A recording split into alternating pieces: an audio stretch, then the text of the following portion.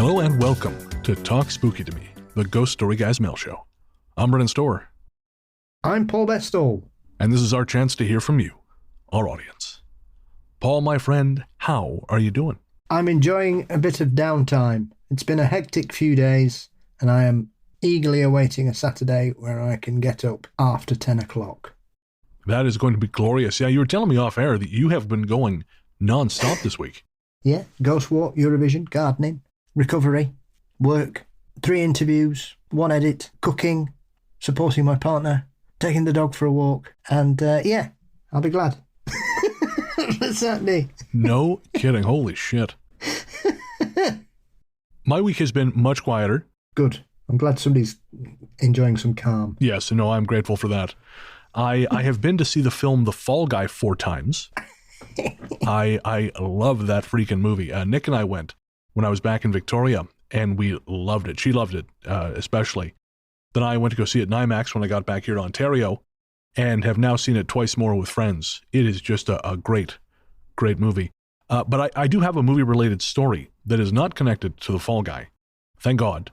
It is, however, connected to Kingdom of the Planet of the Apes, which I went to see last night.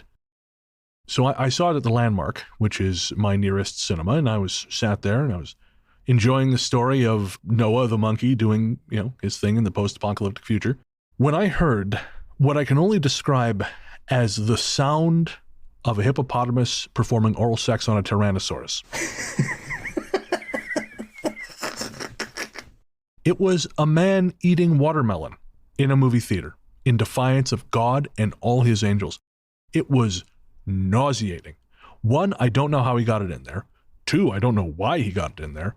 3, I don't know what possessed him to eat it in a room full of people. I don't know if this was a kink thing for him, or if he just was hoping to garner material for an outraged TikTok channel. He beat the shit out of him and then he records it and plays it back later. I don't know. Baffling. It was the worst thing I've ever heard. Do you not think he might be a fan of the Uber pop star, Mr. Harry Styles? Someone else mentioned Harry Styles in the Facebook group when I posted this. What is the connection between Harry Styles and getting beat up in a movie theater? He released a rather marvellous pop song a couple of years ago called Watermelon High. I see. Beautiful. Okay, so I'm clearly missing out by not paying attention to British pop music. Worldwide pop music. Harry Styles is a global sensation, Bren. Not here in Southern Ontario, where the clock still reads 1982. And Rush rule. Yeah! Yeah, actually, I was doing my dishes the other night. I had the window open.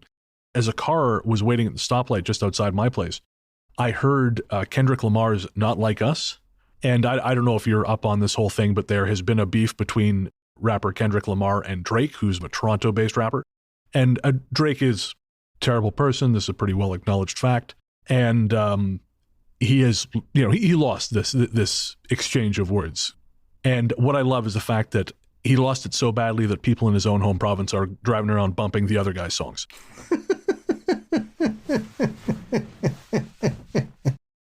But yes, I recommend, if you've not heard Harry's single, then you should check it out. Also, the wonderful Scandinavian pop sensation Sigrid. See, I've got my finger on the pulse of popular pop music in the world. Who is a phenomenally talented artist who I fell in love with during the lockdown. Is that typically wonderfully quirky Scandinavian pop that we've got so used to over the last 15 years. She does a wonderful cover version of it that you can see on YouTube as well. Very cool. Well, I have a music-related question for you from a listener. Okay. So we will get to that question when we get to the mail. Our courteous and efficient staff is on call 24 hours a day to serve all your supernatural elimination needs. We're ready to believe you. All right. So our very first email comes from our patron, April. And April says, Paul, what do you think about Switzerland winning Eurovision? I thought Nemo was very talented. I do love Bambi Thug, though. Bring on the screaming. It was one of the songs I thought could win it because the stagecraft was incredible. And it's quite a catchy little pop song. Wasn't my particular favourite of the night. My hopes and dreams were nailed on Baby Lasagna romping home for Croatia. And he did win the popular vote, but he lost by about 35 votes, which is probably the closest Eurovision we've had for the Yonks. And so the Swiss pipped him on the final vote. So I'm not surprised, because the way he was working that strange contraption on stage, he was basically using like some kind of, like a spinning top, which basically would move with him. So he was sort of moving around the stage and he was running off it, jumping off it, and then he'd slow down and sort of lean towards the audience and lean back up on it. It was a phenomenally incredible performance. It was faultless.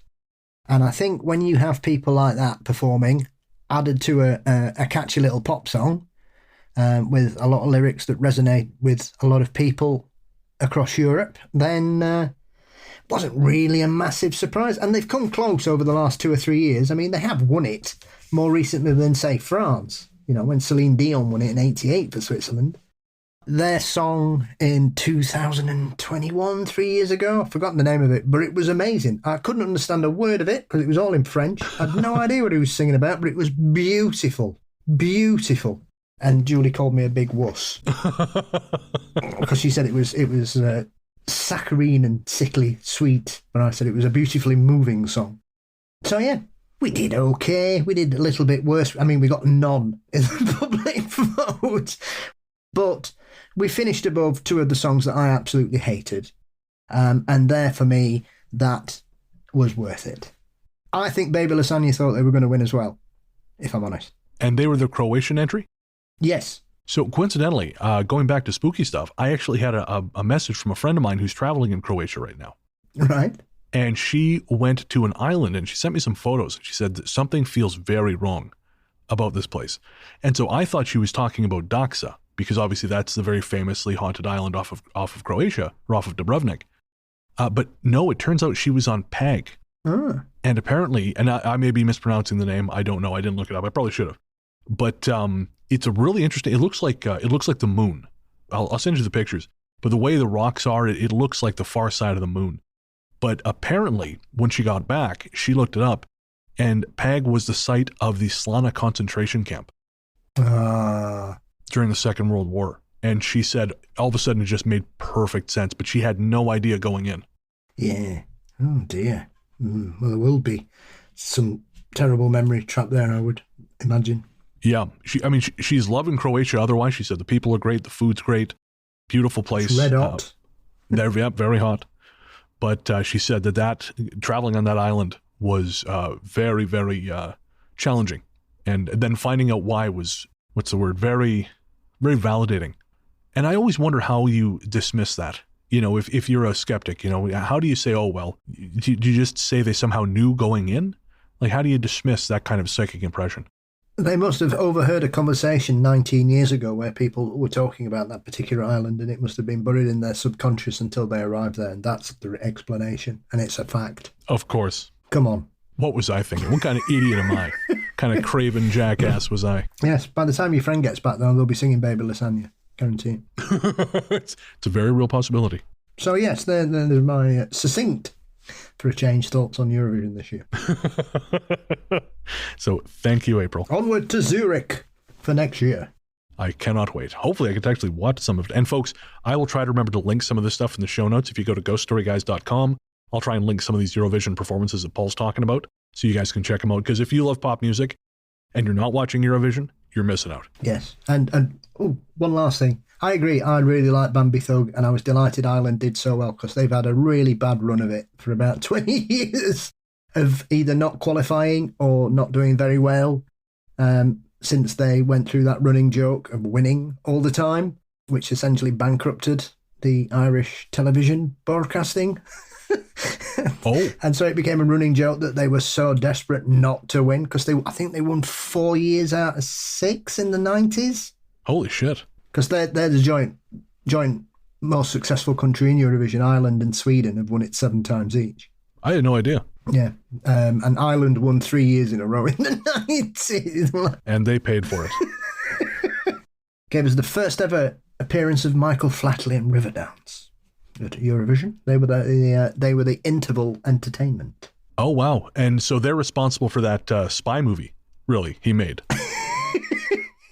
They're responsible for Riverdance. Yeah, and Riverdance, yeah. God. didn't realize Ireland had won so many times, but I think it's hilarious and very Irish that they won so many times now. There's like a curse associated with it. And it reminded me of that quote from East of Eden, which has always stuck in my mind about the Irish. And I looked it up here to make sure I get all of it. But the quote is, "The Irish do have a despairing quality of gaiety, but they also have a dour and brooding ghost that rides on their shoulders and peers in on their thoughts. Let them laugh too loudly, it sticks a long finger down their throats. They condemn themselves before they are charged, and this makes them defensive always." Next up, Kimberly from Patreon writes, "Okay, is it weird that I saw a trailer for Sasquatch Sunset, and the first thing I thought was, I really need to hear Paul Bestel's take on this. I'm still waiting. I haven't seen it." You'll be waiting a while, Kimberly, is my takeaway from this. I might see it at some point. I don't actively seek Bigfoot films. Sometimes, Exists. It took me 7 years to get round to watching it because I thought I was going to hate it, and I didn't. I loved it. There is a very real chance you will hate Sasquatch Sunset. It's probably one of those things. I don't want to say it probably won't be the worst Bigfoot film I've ever seen, but it might be. I don't know. Have you seen The Badge, the Bible, and Bigfoot? No. Okay, so watch that. Then that will be the worst Bigfoot film you've ever seen. Yeah, I think it's. I don't know. Is Cry Wilderness really the worst, or is it just so shit it's amazing? I don't know. The eternal question: is it so shit that it's amazing, or is it just shit? It was on Mystery Science Theatre, so that kind of gives you an indication of the quality of it. This is true. But it is bad. This next message is from Bev, and Bev is referencing a bit from our Under a Sasquatch Sunset episode, so the last episode of Talk Spooky. I had mentioned the film Sliver with one of the lesser Baldwins and Sharon Stone, and Bev says, talking about Sliver, the only thing that is worse is the sex scene between Stallone and Sharon Stone in The Specialist. I am scarred for life. You are not wrong, Bev. I wouldn't say there's nothing worse than that. The sex scene between Elizabeth Berkley and Kyle MacLachlan in Showgirls is up there. That's the worst sex scene ever. It's like they've cut the woman that gets attacked by Jaws at the beginning of the film and then just supplanted that scene on top of Kyle MacLachlan. That's what it looks like happening to Elizabeth Berkley. It looks like a shark's eating her. I really feel for Elizabeth Berkley in Showgirls because, she was working with Paul Verhoeven. Like, all those people were at the top of their game. Paul Verhoeven, the director, Joe Esterhazy, the writer. That script sold for more than any other script had at that point in history. Like, everything was going great guns. But it was a dog shit movie. And she was directed badly, and it just completely derailed her career. And I really feel for her on the basis of that. I want your job. I'm just going to push you down these fucking stairs. Fuck you. Jesus Christ. 2 hours of my life I'll never get back. Who could think a film featuring so much nudity could be so dull? Yeah. Although I will say, I know I always talk about these guys on the show because I like their work. The distribution house Vinegar Syndrome recently did a 4K transfer of it, approved by Paul Verhoeven, and I almost bought it. I'll admit, I almost bought it. I didn't because, I don't have that much spare income, but I thought about it just for the sake of owning the best possible version of the worst possible movie. Going back to The Specialist just briefly, I assume you've seen The Specialist, Paul? It's one of those films I've seen once. Yeah, I've seen it more than once, but let's not dwell. Yeah, it was in that period where Sylvester Stallone spent the 90s more or less destroying all the goodwill that he built up during the 80s. I was just listening to an interview with director Rennie Harlan because he's got those new Strangers movies coming out. Strangers Chapter 1, 2, and 3. I think Chapter 1 hits theaters this weekend. And he, of course, directed Cliffhanger. And Cliffhanger is a spectacular action movie. But Stallone really lobbied Harlan hard to give him that role because he said, look, man, I'm in a slump. I need this. And so Harlan gave him the role, and it was a massive hit. And Stallone took that juice and just rolled it into The Specialist and Assassins with Antonio Banderas, and then Daylight, and then Judge Dredd, and just completely torpedoed whatever career momentum that Cliffhanger gave him. And The Specialist is so terrible that I encourage, if you're bored sometimes, guys, if you're stoned, you fire it up. I'm sure it's streaming somewhere. Pay $5 to rent it. It's worth your time for this reason alone. And this is what Bev is referring to. Roger Ebert describes the sex scene, and I've always remembered this. He says of the film, and of course, if you folks don't know, Roger Ebert was an enormously influential film critic from the 70s up till, I think, he passed in 2012. Yeah. And so he says of The Specialist, Stallone is kind of lonely in the movie. He spends a lot of time listening to recordings of Stone's telephone conversations on a Walkman, leading us to wonder, A, why she would reveal ancient secrets over the phone to a stranger, and B, how he would explain the tapes if he were picked up by the cops. Then there's the scene where he talks with her while doing his daily stretching exercises. Later, they make love in a style uncannily resembling his daily stretching exercises. One last thing just on the subject of movies and terrible messaging. When I was back in Victoria, Nick and I don't think I'd mentioned this on the show yet, but we like to watch these 90s thrillers. And they're never ending, right? These detective movies with, sexy saxophone and actors you've never heard of again who did these. Yeah, some of them are good and most of them are not. Because I told you we watched those Martin Kemp movies. Yes. Yeah, so there was another movie we watched. It was the last one, which was not because of the subject of the film, just timing-wise, but one does wonder. It stars C. Thomas Howell of The Hitcher fame and The Outsiders fame as a police detective who falls in love with a 17-year-old runaway. And they actually have a sex scene. Ew. Yeah, the look on, folks, if you can see the look on Paul's face right now, that is how I felt, because they're wrestling around. And I said to Nick, oh, they are. And the saxophone, like, no saxophone. Turn that shit off. No, it's, you just want to spray C. Thomas Howell with a hose. Like, no, get down, down, bad. Bad dog. Yeah, right? Oh, dear. Yeah. I feel like I need another shower. Yeah, it wasn't great. It wasn't great. If you want to watch it, I don't know why you would. It's on Tubi, but don't, because it's not a great movie. Even if we set aside the problematic messaging, which I hope I shouldn't have to explain to anyone, the movie itself is bad. Watch White Sands. That's a solid detective film from around that time. I think it's got Willem Dafoe, or Flesh Tone with old Martin Kemp. Watch those. Don't watch. It's called Jailbait. I don't know what I was expecting, but don't watch it. One of the things we would watch in Victoria when we don't have the attention span for a full-length movie is we would watch Dark Side of the 90s on, I think it's HBO or something like that. Might be a Vice series, doesn't matter. We were watching Dark Side of the 90s. And one of the episodes was about tabloid television. And they talked a lot about, what's her name? Amy Fisher, who was a teenager who shot the wife of her married, much older boyfriend, Mary Jo Buttafuoco. And again, some of our listeners are of a certain age. You're going to know those names as soon as I say them. You're going to go, oh yeah, right, that whole thing. But if you're not unfamiliar with those terms, again, seek out Dark Side of the 90s and watch the episode on tabloid television. It's bonkers.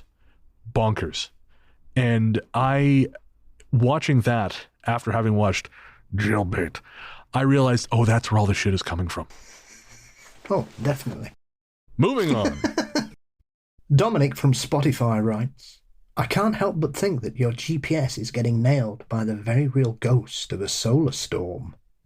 And so this is in reference to a story I told on a recent show where I was saying that I was driving to Kitchener to go see a movie at the Apollo Cinema, and the GPS took me on a mystery cruise. And it could be, Dominic, it was way before the solar storm, but I mean, electronics fail for any number of reasons. It doesn't have to be spooks, specters, or the things watching us from beyond the shadows of the campfire.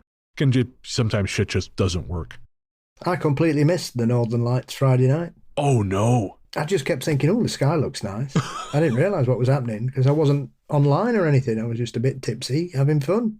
I was also in the pub when it happened, and thankfully it was overcast anyway, so I didn't miss anything. But yeah, it was okay on Saturday. I saw a bit. I mean, it was still amazing. Sure. But yeah, Friday here was just mental.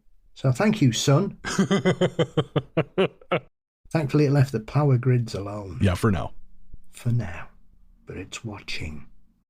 All right, so next up we have a message from our patron, Peter. Peter says, and he's referring to a joke Paul made on the most recent episode, This Haunted Life Part 2. He says, Paul in your leg, it made me groan so loud at the gym that folks were asking me if I was okay. This is a high bar of quality punning here. Yeah, that was legendary stuff. I couldn't even see you in the over the horizon, let alone keep up. Not a chance. Yeah, it's like at work today. I was telling this guy about this hot air balloon we're sending up into the sky to apologise to aliens, aren't we? Have you heard about it? No. Yeah, they're calling it the Apollo G. Oh. This is your fault, Peter. I hope you think on your sins. Moving on. Michael, whose story we shared in a previous episode of Talk Spooky, writes, I wanted to thank you for reading my story regarding banging closet doors and the activity in the apartment when I was younger. Growing up in Chicago, there is a good bit of activity. My grandmother's home was a place that scared the absolute hell out of me as a child and as an adult. The home was in Melrose Park, just outside the city proper, and had an addition built on it and had an attic upstairs at the top of the stairs. There was an overwhelming feeling of being watched when I was near the stairwell, and additionally, there would be things mysteriously moving around one day whilst I was sitting with my dad. His cigarette lifted ever so slightly out of the ashtray, and the cherry glowed red. There would be bangs, knocks, doors closing and opening, and shadow figures at the top of the landing. That part of the house stayed mostly unlived in, and continued to be sketchy at best. As an adult, I visited there after I'd moved out and still continued to feel very uneasy around that part of the home. Never could I pinpoint the source, but there are many other stories to tell. When you all read my story last time, my son got so freaking excited. His name is Nathan. We both love the podcast and the paranormal and think this show is absolute badass. Thanks, guys. Keep up the solid work and keep giving us the best show out there. Hello, Nathan. Yes, hello, Nathan. Shout out to you. Keep it spooky. Hell yes. In fact, we dedicate this next ad break to you.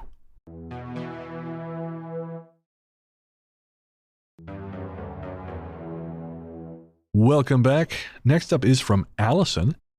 Allison says, Hello, Bren and Paul. I've been wanting to write you for probably 2 years since I started listening to the show. Your podcast has seen me through some dark times. I came to learn about ghosts after seeing my dead mother, a story I'll tell another time, and I kept because your warmth and encouraging voices kept the lights on. Your mental health message has meant lots too.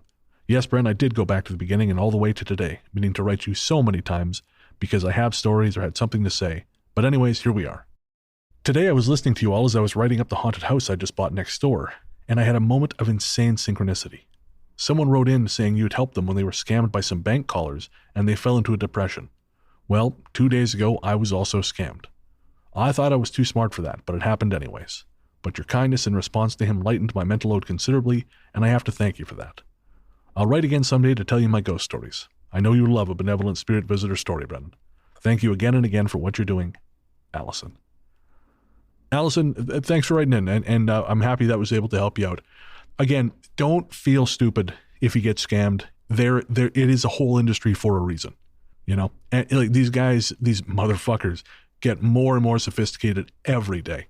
You know, I actually had to twice now. I've had to get new bank cards because I've had shit get ripped off. Like my brother-in-law does hockey commentary. You know, they broadcast it on this particular radio station, so I wanted to be able to hear it to support what he does. And I signed up to this site, which allegedly was, you know, offers you access to that. And instead, they just tried to bill me $60 for what was supposed to be a free thing, and never sent me a single goddamn email. And I got my money back eventually, but I had to go through a whole process. And as I say, it just happens. It just happens. So like I said, don't feel stupid. You safeguard yourself as best you can, but it doesn't matter how much you learn about storms, they happen anyways. Next, Darth Vader writes, Good podcast, even if I can't agree with the host's movie and music tastes. I thought Wild Wild West was a really fun popcorn movie. Definitely not an award winner, but fun. I think we'd best move on. That's right. Take off the headphones. Get out of here, Darth Vader. You're off the team. No, kidding, of course. Everyone has different tastes, man. And it's all good. Whatever the thing is, you like the thing you like. I like stuff that people give me shit for constantly. So, no. I like that you like what you like. I'm happy for you. That's cool. Like I said, I've seen The Fall Guy 4 times. And I mean, if someone said that's a bad movie, you shouldn't watch that 4 times, I would say you're fucking dumb. I like it. Who asked you? And I support that response to most things. Hit them with a ladder. Yeah, Paul has the WWE solution to these problems. It's the best thing about wrestling. Ladders. I was actually thought we'd get more feedback, more blowback from you referring to wrestling fans as losers on the most recent episode, but apparently not. It's because I'm right. Just for the record, wrestling fans out there, Kev, I disagree. I'm only pulling your legs. No, I agree. I think people... one of the best lessons I ever learnt about the internet and social media was realising that if there were people sharing things I didn't like or didn't enjoy or thought were really generic, awful bands, then the best thing for me to do was to ignore it and not say, I hate this band, or this book's shit, or this film's awful, or your television choice make me wonder if you've got some kind of medical condition. No. I embraced ignorance. And I think that's often what we do. There's too much peer pressure. We've all had it, kids. And it carries on as adults, especially in things, especially cultural things. If you don't like the right music or the right bands or you wear the right clothes, then you're not cool. And my advice to that is, fuck it. Plough your own furrow. Enjoy what you enjoy. And if music and entertainment gives you joy and happiness that other people don't appreciate it, then so be it. That's your special thing. Hell yeah. Now, I have to ask, is there a movie that a movie you like that most people say is shit and you will stand by it? Like, I like it, I don't care what you say. Oh, where do I start? Pick. Give me 2 if you must.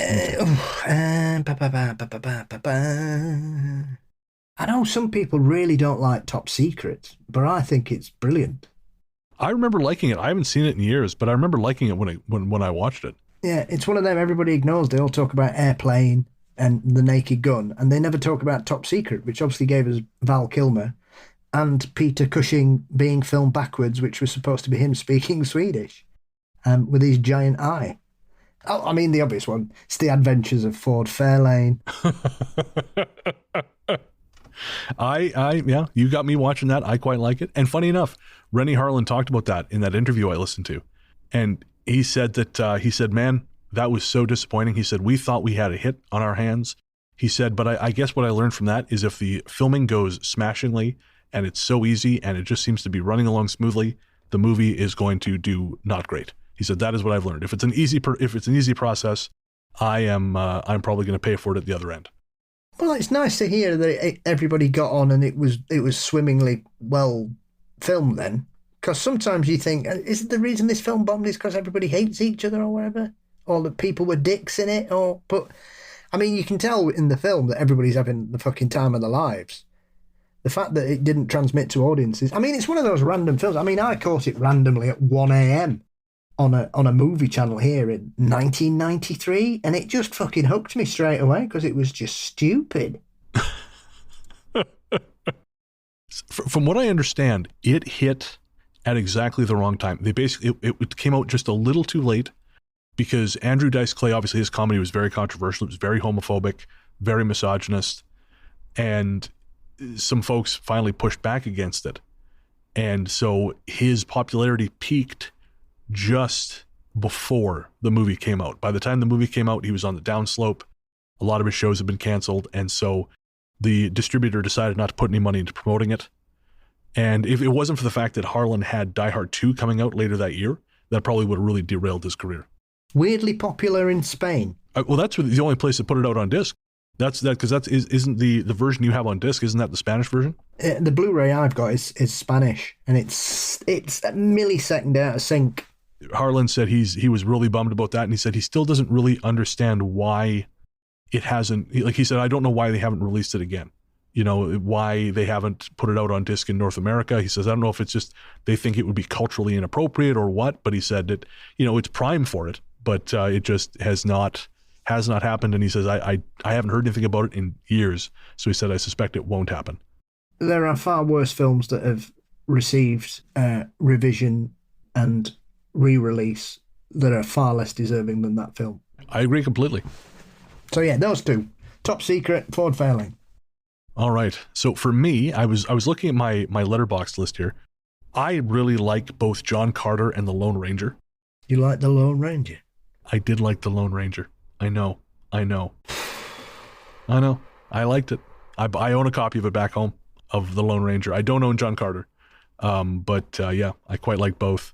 And a recent one that I really loved that was very badly reviewed and did terribly in theaters was John Woo's Silent Night, because it's like John Woo movies. If you're not familiar, he's a director originally from Hong Kong. His films were legendary in the 80s and 90s. Stuff like Hard Boiled, Bullet to the Head, The Killer, legendary Chinese action films. The whole, if you see someone diving with two pistols, that's John Woo. That's where all that comes from. So this was his first American film, I think, since Paycheck in 2001. And it was a very difficult watch. It's about a father who loses his son and is himself forever silenced by a bullet to the throat, who basically dedicates his life to revenge, but not in a fun John Wick way, but in a way where you watch it rot him spiritually from the inside out. And it costs him everything. He gets his revenge in the end, spoilers, but it costs him everything. It costs him his humanity. And for me, it was like, oh, this is like the John Woo movies of old. This is where they end up. This is where violence really takes you, is this place where it just burns out the core of your humanity. And you're left with, I won, but who cares? Like Old Boy. Old Boy is still much heavier than that. But yes, the twist at the end, you might as well have just taken a cutlass and disemboweled me. Yeah, folks, if you... What? Yeah, I still have not recovered from the first time I watched Old Boy. Can we clarify, we mean the original?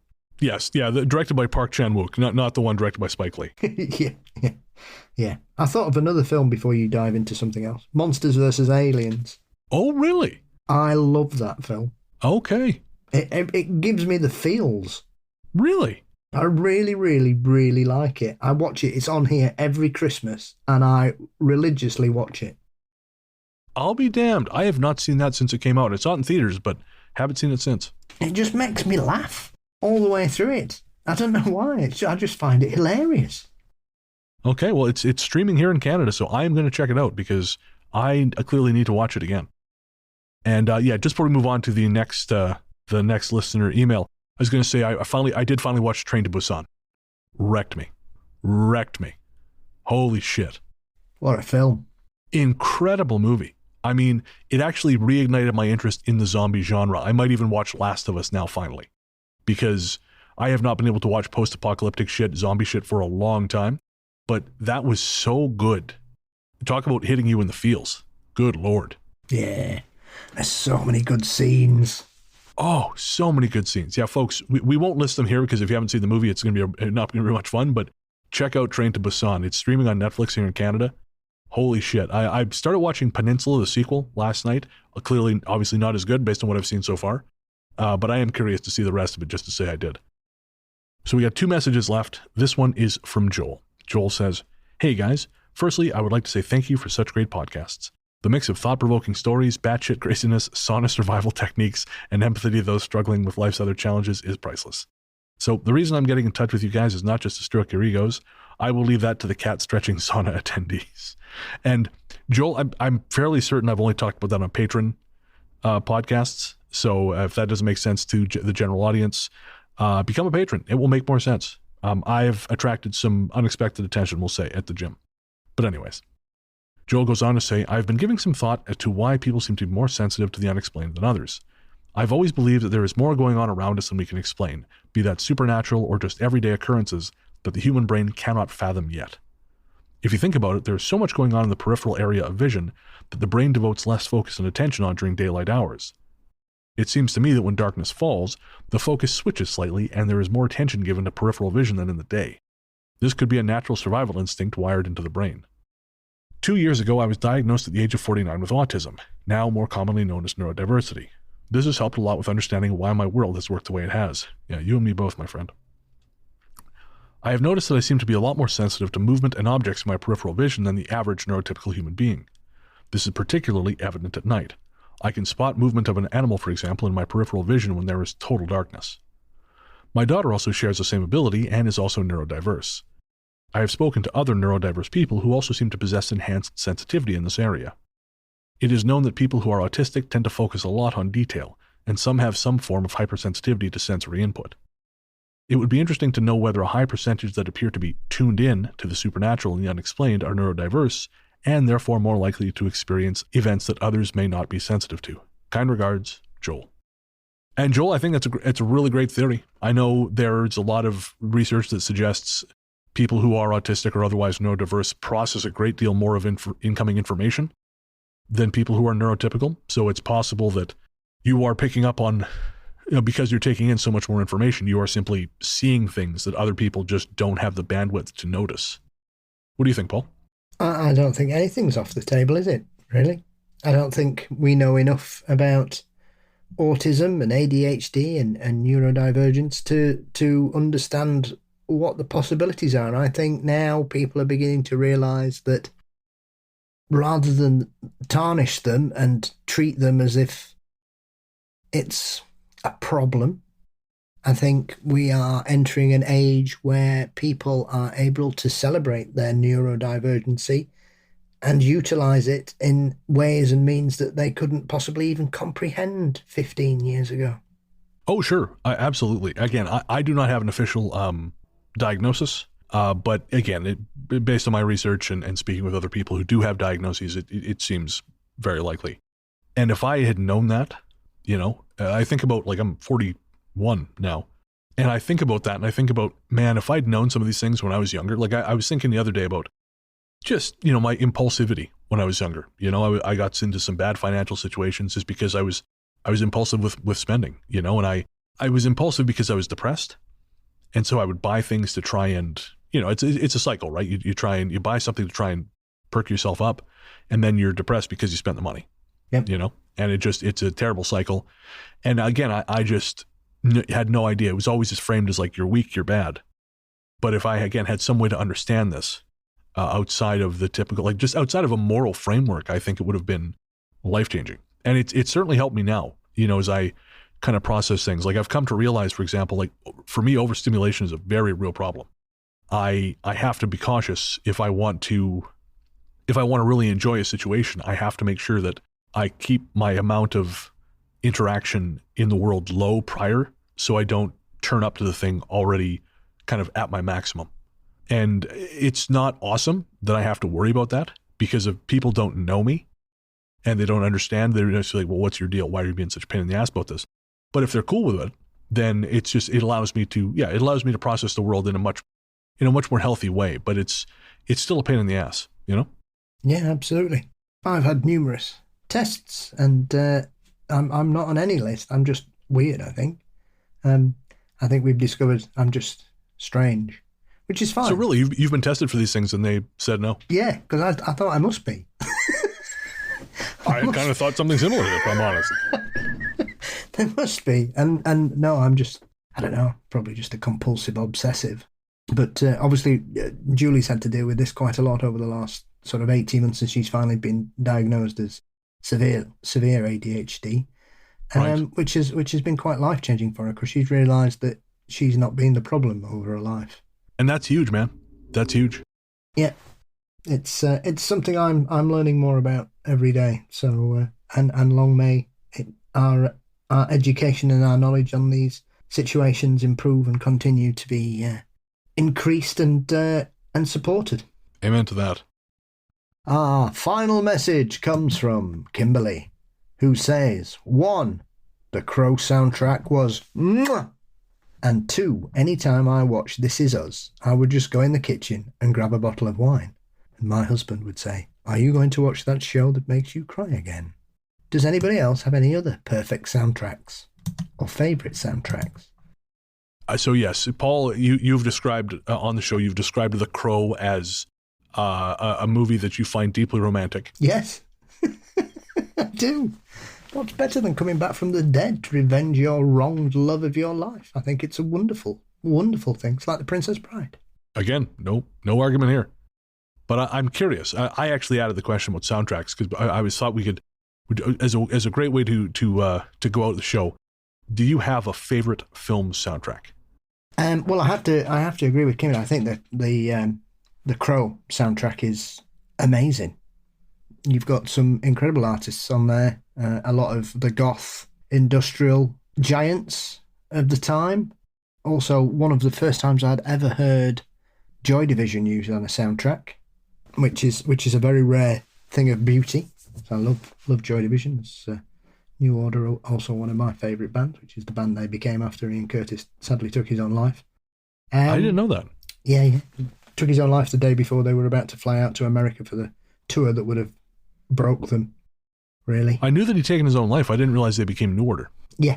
The three remaining members had an argument about who was going to be lead singer, and Bernard won, or lost, depending on your point of view.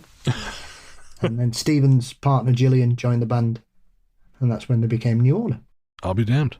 Not actually on the soundtrack, according to the official listing. In the film, perhaps, but not on the soundtrack album. It's definitely because the bit he plays when he's on the roof playing electric guitar, that is Dead Souls. Oh, okay. So, cracking track. But yeah, that's a great one. I have to say, I really liked the soundtrack for both the first John Wick film. Oh, yeah. And also The Guest. I own that one on vinyl.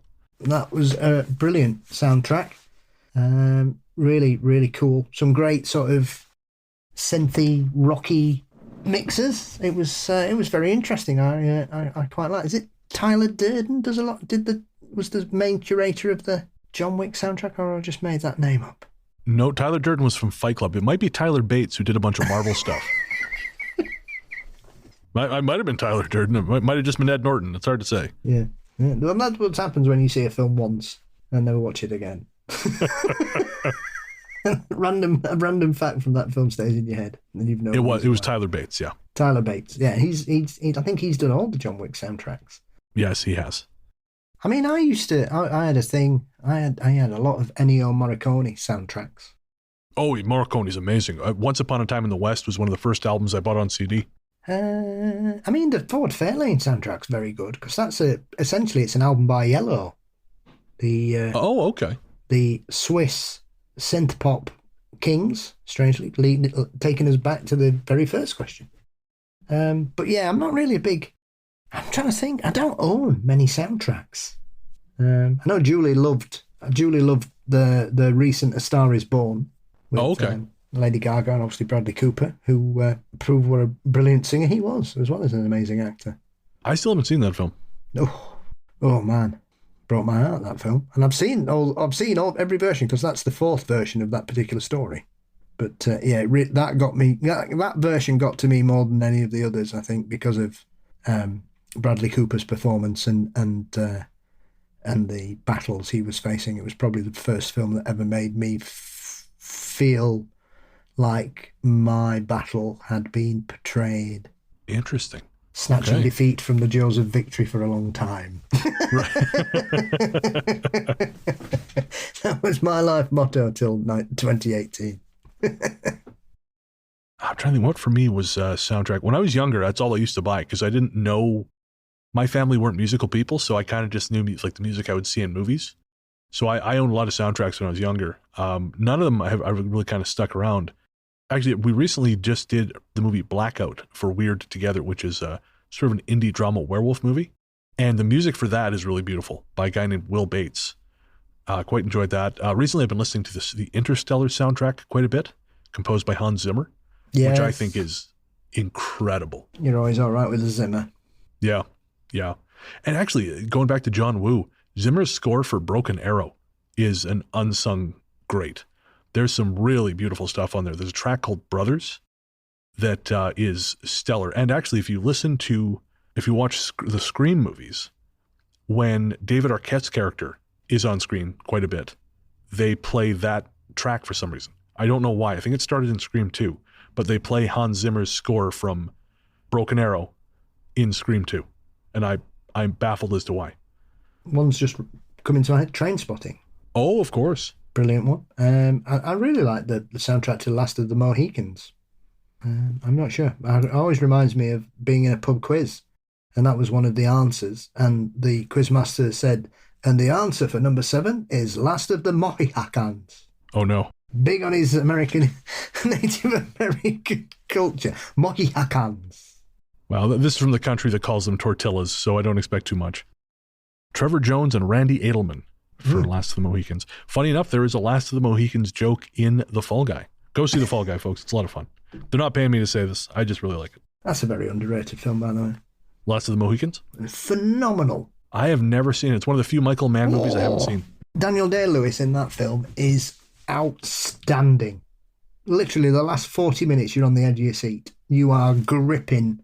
It's one of the films I just thought, oh, well, people are saying it's really good. And I watched it, and I just thought, wow. Brutal, powerful, exciting, thrilling, terrifying. All right. Well, you heard it here first. Philadelphia. Also never seen that one. Gets me in the feels every time. I was going out with somebody when I went to see that, and halfway through the film she said, "Why are you crying?" And I thought, this relationship is not going to last. Oh, man. That's like the time we went to go see Up with my friend's new girlfriend. And yeah, during the opening sequence, we were all crying, and she goes, "Why? Why is this sad?" Oh, okay. Before we wrap up, I will say, Philadelphia made me think of the Springsteen song that is on that soundtrack, which is amazing. But there is another song which was, I think, composed specifically for a movie, I think. It is Man of the Hour by Pearl Jam for Tim Burton's Big Fish. That is a gorgeous, gorgeous song. Folks, check that out. Man of the Hour. It's one of the, I don't usually buy stuff, or especially back in the day, it was a pain in the ass to buy stuff because that came out like 20 years ago. It used to be a pain in the ass to buy stuff from the US, but I bought the single for Man of the Hour because it had a demo version that you couldn't get anywhere else. And I still have that. I treasure that single because it's just such a beautiful, beautiful song. Ferris Bueller's Day Off. Also a classic. Great soundtrack. Yes, sir. Any film that starts with Zig Zig Sputnik, Love Missile F-111, you're not going wrong there. All right, we're gonna draw a line there because otherwise we'll be here for another hour talking about our favorite music soundtracks. Let's just keep popping in our heads. Yeah, how about this one? Oh yeah, and that's how we are. The Talk Spooky record turns into a one as long as the regular show. Talking spooky soundtracks. That could be a bonus episode. Let's do it. Let us know, folks. Let us know, what are your favorite film soundtracks? Shoot us an email, ghoststoryguys@gmail.com. In fact, if you got anything you want to say, comments, questions, if you want to get in touch, ghoststoryguys@gmail.com is a place to send it. We would love, love, love to hear your comments, questions, and stories. Stories we'll try and share on story shows. Comments and questions will be here on Talk Spooky, and we will fit as many of them into the show as we can. Paul, my friend, where can everyone find you online? You can find Mysteries and Monsters across all social media networks and podcast sites. Fantastic. I'm largely the truth on Blue Sky, Threads, Instagram, and Letterboxd. And you can find my other show, Weird Together, where Professor Joseph Camo and I talk about the sociology behind the latest and greatest in independent horror films everywhere fine podcasts live. Again, that's Weird Together. All right. Longtime listeners will know that we like to end Talk Spooky with a song. And on this episode, we are pleased to present the latest track from our good friend Greco Ray in collaboration with Dorion Dolore. The song is All I Need. You'll find it on streaming platforms everywhere. And you'll find a link to both Greco Ray and Dorion Dolore's social media in the show notes. And of course, you can find full show notes at ghoststoryguys.com. Thank you for listening, folks. I cannot tell you how much we appreciate it. And until next week, we will leave you with Greco Ray and Dorion Dolore and All I Need. Don't tell me what I'm looking for. I've got all I need and more. Don't tell me what I'm looking for. I've got all I need and more.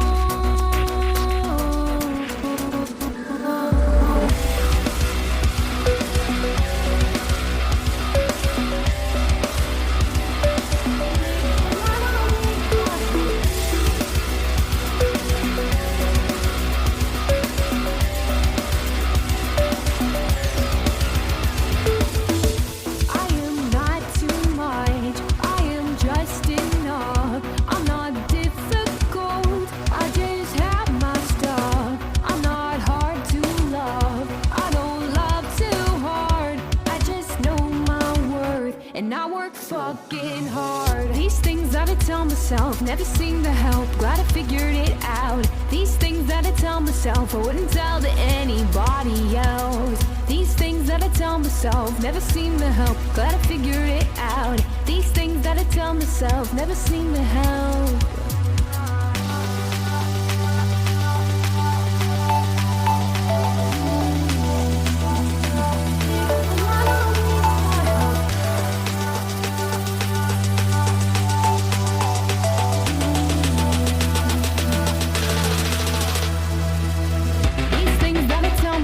They never seem to help. These things that I tell myself I wouldn't tell to anybody.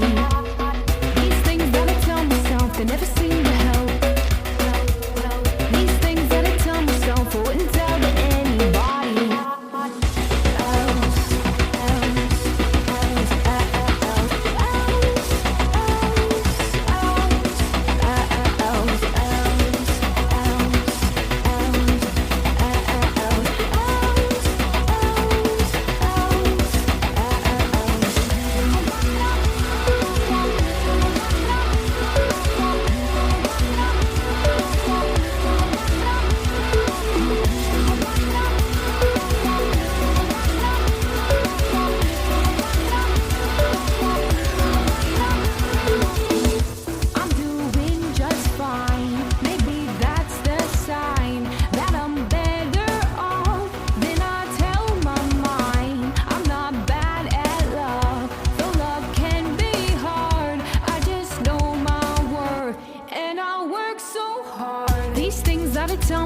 never seem to help. Glad I figured it out. These things that I tell myself I wouldn't tell. These things that I tell myself never seem to help. Glad I figured it out. These things that I tell myself never